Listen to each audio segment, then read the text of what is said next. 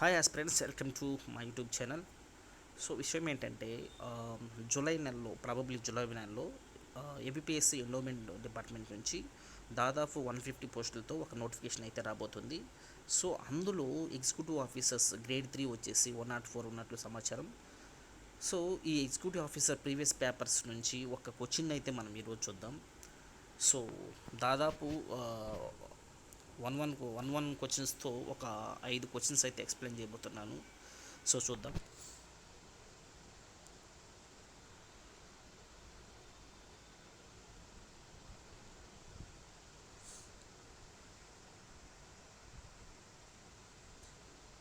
So Andhra Pradesh ధార్మిక మరియు హిందూ మతపరమైన సంస్థలు మరియు దేవాలయ చట్టం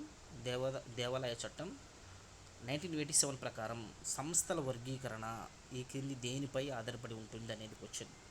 ఏంటి ఇక్కడ సంస్థల వర్గీకరణ దేనిపై ఆధారపడి ఉంటుంది? ఒకటి వచ్చేసి వార్షిక ఆదాయం అంట, రెండు వచ్చేసి రోజువారీ ఆదాయం, మూడు వచ్చేసి నెలవారీ ఆదాయం, ఫోర్త్ వచ్చేసి అర్చకుల ఆదాయం.